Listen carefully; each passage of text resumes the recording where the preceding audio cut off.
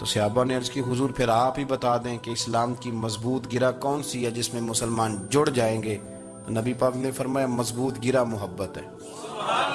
اللہ کی رضا کے لیے پیار کرو، لوگوں سے پیار کرو۔ کوئی بندہ پھر تمہیں تلخ بھی ملے گا نا، تو تم چونکہ اس کے لیے نہیں کر رہے، اللہ کے لیے کر رہے ہو، تو پھر تمہارے لیے سہنا بھی آسان ہو جائے گا، دیکھنا اور پرکھنا بھی آسان ہو جائے گا۔ رضائے الہی کی خاطر لوگوں کا پیار، بخاری مسلم میں ہے، نبی پاک علیہ السلام نے فرمایا ایک شخص اپنی بستی سے چلا لمبے سفر پہ دوسری بستی جانے کے لیے، تو رستے میں فرشتہ ملا انسانی شکل میں۔ اس نے پوچھا کہاں جا رہے ہو؟ اس نے کہا اپنے بھائی سے ملنے جا رہا ہوں۔ فرشتہ پوچھنے لگا اس کا کوئی احسان ہے تمہارے اوپر، کوئی لین دین ہے؟ اس نے کہا نہیں۔ تو کہا پھر کیوں اتنا لمبا سفر کر رہے ہو؟ تو کہنے لگا یار میں اللہ کی رضا کے لیے اس سے پیار کرتا ہوں، اللہ کی رضا کے لیے تو اس لیے جا رہا ہوں۔ تو سنیں یہ بخاری مسلم کے لفظ ہیں، حضور فرماتے ہیں وہ فرشتہ کہنے لگا سن پھر، میں انسان نہیں میں فرشتہ ہوں، اور مجھے رب کریم نے بھیجا ہے یہ کہنے کے لیے کہ اگر تم دونوں اللہ کی رضا کے لیے ایک دوسرے سے پیار کرتے ہو تو اللہ تم دونوں سے پیار فرماتا ہے۔ اب یہ محبت فروغ کیسے پائے گی؟ اس کے لیے ایک تو یہ کہ اپنے دل کو تھوڑا سا سمجھائیں۔ آپ ارادہ کر لیتے ہیں نا، جب ذہن بنا لیتے ہیں کہ میں نے کوئی خدمت کرنی ہے، ذہن بن گیا، تو پھر اس کے لیے 2-3 لاکھ روپے 4 لاکھ روپے لگانے کی ضرورت نہیں ہوتی۔ پھر بندہ سٹاپ پہ کھڑے ہوئے کسی بابا جی کو پوچھتا ہے کہاں جانا ہے، تو کہتے ہیں میں نے ذرا یہاں قریب ہی جانا ہے، رکشہ تلاش کر رہا ہوں۔ تو آپ کا ذہن بن گیا نا خدمت کرنے کا، تو موٹر سائیکل بھی بٹھایا تو گھر چھوڑا ہے، واپس آیا تو دل بڑا ٹھنڈا تھا۔ لیکن آپ یہ بھی کہہ سکتے تھے کہ بابا جی بچے کیا کرتے ہیں، سعودی عرب میں، تو یہ 200 روپیہ رکشے کو دیں، گھر چھوڑ آتا ہے، بچے اتنا کماتے کس لیے؟ دونوں باتوں میں فرق ہے۔ میری بات کی سمجھ آ رہی؟ آپ اللہ کی رضا جب اپنا لیتے ہیں تو پھر کوئی کہانی جنم نہیں لیتی، لیکن جب یہ رنگ نہیں ہوتا پھر کہانیاں ہیں، پھر داستانیں ہیں، پھر بڑے بڑی باتیں، پھر بڑے بڑے لمبے لوگوں کے پاس پلاننگ ہے۔ اس طرح نہ کریں، پیار تقسیم۔ اور ایک تو یہ کہ خود اپنے دل میں اچھی سوچیں رکھیں، دوسرا یہ کہ لوگوں کو بھی کہیں۔